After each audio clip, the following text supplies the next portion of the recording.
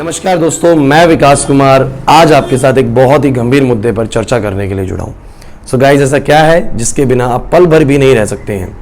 सो आप सोच रहे होंगे मोबाइल फोन। जी नहीं, मैं यहाँ बात कर रहा हूँ सांस लेने की।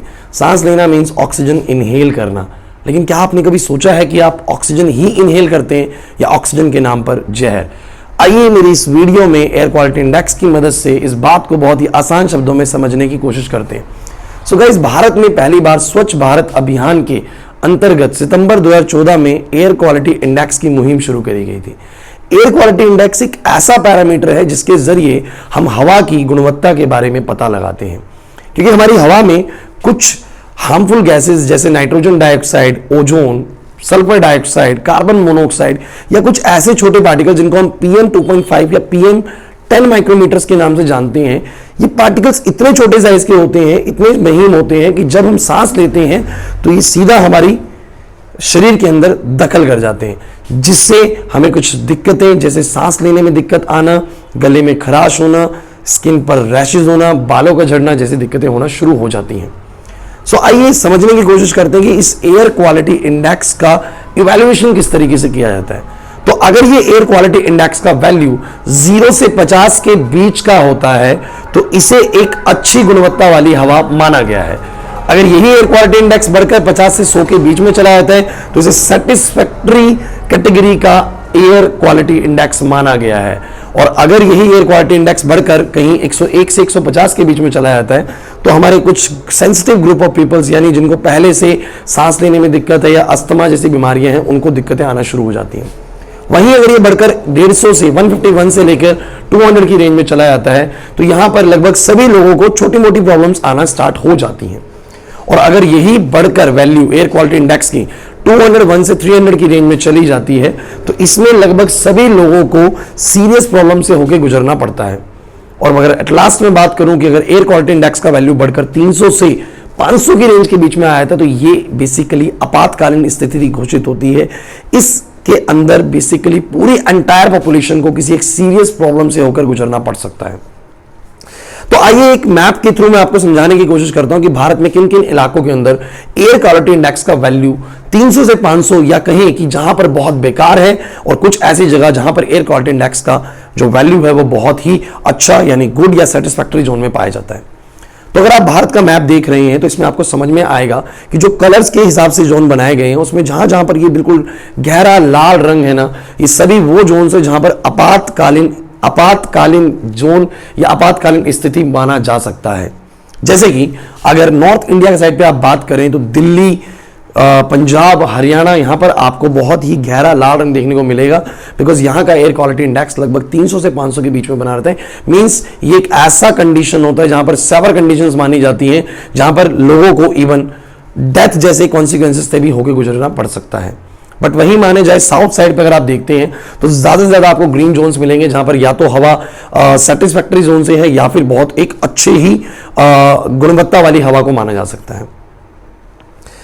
आपको बताया जाए तो वेस्ट बंगाल के अंदर एक तर्केश्वर करके जगह है जहां का एयर क्वालिटी इंडेक्स 2 ppm तक रिकॉर्ड करा गया है। ये भी मैं इस बात पे आऊंगा कि बेसिकली 2 ppm या 400 ppm का मतलब क्या होता है, इस एयर क्वालिटी इंडेक्स का वैल्यू का मतलब क्या होता है। बट यहां का एयर क्वालिटी इंडेक्स 2 तक रिकॉर्ड करा गया है। मींस इतनी ज्यादा गुणवत्ता वाली हवा शायद पूरे भारतवर्ष में कहीं पर भी आपको देखने को नहीं मिलेगी। और ओवरऑल अगर बात करी जाए कि पूरे भारतवर्ष में सबसे बेकार हवा कौन लोग ले रहे हैं तो माना जाएगा कि दिल्ली के लोगों के पास ये हवा सबसे बेकार गुणवत्ता वाली होती है। गाइज, आपको ये जानकर बड़ी हैरानी होगी कि सिर्फ भारतवर्ष में साल 2019 के अंदर खराब हवा या खराब एयर क्वालिटी इंडेक्स की वजह से 23 लाख लोगों ने अपनी जान से हाथ धोया था। ये आंकड़ा सुनने में बड़ा दुखद है, लेकिन उतना ही ज्यादा हम लोगों के लिए जानना जरूरी है। सो गाइज, एक बात समझने की कोशिश करते हैं कि एयर क्वालिटी इंडेक्स का नंबर हमें बताता क्या है। सो मान लीजिए कि किसी जगह का एयर क्वालिटी इंडेक्स 400 ppm है। 400 ppm मतलब 400 पार्ट्स पर मिलियन, मिलियन यानी 10 लाख। इसका मतलब कि हर 10 लाख पार्टिकल्स में से 400 पार्टिकल्स दूषित हैं। मींस 400 पार्टिकल्स या तो ऐसे बैक्टीरियाज या जर्म्स या हार्मफुल गैसेस या कुछ ऐसे डस्ट पार्टिकल्स से भरे हुए हैं जो हमारी बॉडी में अगर एंटर करेंगे तो हमें उतना ही ज्यादा नुकसान पहुंचाएंगे। अगर किसी जगह का एयर क्वालिटी इंडेक्स काफी कम है यानी 2 ppm है, इसका मतलब वहां पर सिर्फ 2 पार्टिकल्स पर 10 लाख पार्टिकल्स पर दूषित है। तो इससे आप समझ सकते हैं कि जब एयर क्वालिटी इंडेक्स का वैल्यू बहुत बड़ा होता है तो इसका मतलब उतने ही 10 लाख पार्टिकल्स के ऊपर हमारे दूषित पार्टिकल्स की संख्या बढ़ जाती है।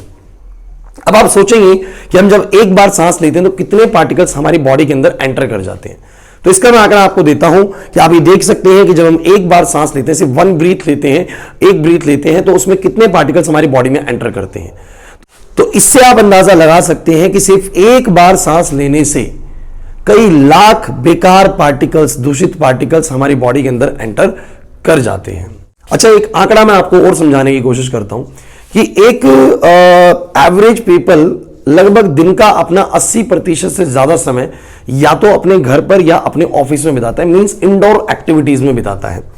बाकी 20% के लगभग वो बाहर रहता है। तो लोग ऐसे सोचते हैं कि हम 20% समय के लिए ही बाहर रहते हैं, तो इससे हमें कहने का मतलब कि हमें खतरा थोड़ा सा एयर क्वालिटी इंडेक्स से कम होगा। लेकिन मैं आपको एक छोटी सी बात समझाना चाहता हूं कि एक इंसान जब बाहर वॉक कर रहा होता है, रन कर रहा होता है, जब भी वो बाहर चल रहा होता है, उस समय उसका जो ब्रीथ रेट होता है लगभग 6 गुना ज्यादा होता है उसके कंपैरिजन में जब वो घर पे बैठा हुआ है या अपने ऑफिस के अंदर बैठा हुआ है।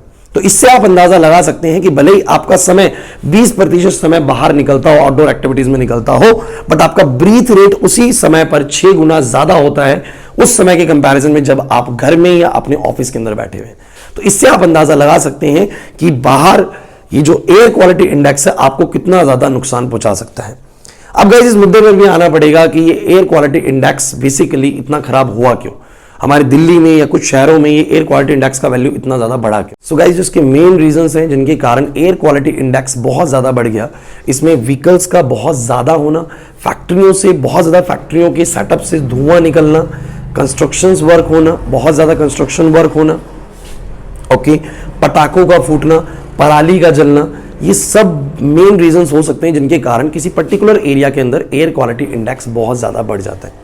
सो गाइस अब आते हैं कि अब इसकी रोकथाम के लिए हम क्या क्या कर सकते हैं। सो गाइस इसमें जैसे कार पुलिंग का एक कॉन्सेप्ट है कि कार पुलिंग के जरिए, जिसमें अगर बहुत सारे लोग अगर एक ही जगह पर जाना चाहते हैं, किसी एक ही जगह पर ट्रैवल कर रहे हैं, तो वो कार पुलिंग का कॉन्सेप्ट इस्तेमाल कर सकते हैं। पब्लिक ट्रांसपोर्ट का इस्तेमाल कर सकते हैं। कुछ पर्टिकुलर एरिया जहां पर एयर क्वालिटी इंडेक्स बहुत खराब है वहां पर कंस्ट्रक्शन वर्क के ऊपर कुछ समय के लिए रोक लगाई जा सकती है। जहां एयर क्वालिटी इंडेक्स बहुत खराब है वहां पर फैक्ट्रियों को बेसिकली रिस्ट्रिक्ट किया जा सकता है कुछ ऐसे चीजें इस्तेमाल करने से जिससे पॉल्यूशन बहुत ज्यादा बढ़ रहा है, या हमारी सरकार को बेसिकली कुछ ऐसी पॉलिसीज निकालनी पड़ेंगी जिसके थ्रू लोग इस बात से अवेयर हो कि मतलब एयर क्वालिटी इंडेक्स का खराब होना कितना ज्यादा उनके लिए हानिकारक हो सकता है। जैसे कि कुछ ऑड इवन स्कीम्स आई थी, आपको पता है कि व्हीकल्स के रजिस्ट्रेशन नंबर के अकॉर्डिंग उनको डेज मिले थे कि वो किस तरीके से गाड़ियां चलेंगी। भाई ऐसा कुछ कंट्रीज ने भी करा कि कुछ कंट्रीज ने बेसिकली बड़े बड़े एयर प्यूरीफायर्स अपने शहरों में लगाए जहां पर एयर क्वालिटी इंडेक्स बहुत ज्यादा खराब था। तो वहां पर एयर क्वालिटी इंडेक्स में इन एयर प्यूरीफायर्स की वजह से काफी ज्यादा कंट्रोल देखा गया। या कुछ कंपनीज ने अपने एम्प्लॉयज के लिए कुछ ऐसे इंसेंटिव्स रखे कि अगर वो साइकिल से ट्रैवल करते हैं अपने ऑफिस के लिए तो उनको बेसिकली सैलरीज में कुछ इंसेंटिव्स के तौर पे उनको कुछ ना कुछ रिवॉर्ड के रूप में मिलेगा। सो गाइज ये सब वो एक्टिविटीज हैं जिनके थ्रू हम बेसिकली कोशिश कर सकते हैं कि एयर क्वालिटी इंडेक्स किस तरीके से रोका जा सकता है। सो गाइज अगर आप लोगों को ये वीडियो अच्छी लगी है तो इसे लाइक करें, शेयर करें एंड सब्सक्राइब करें। Thank you.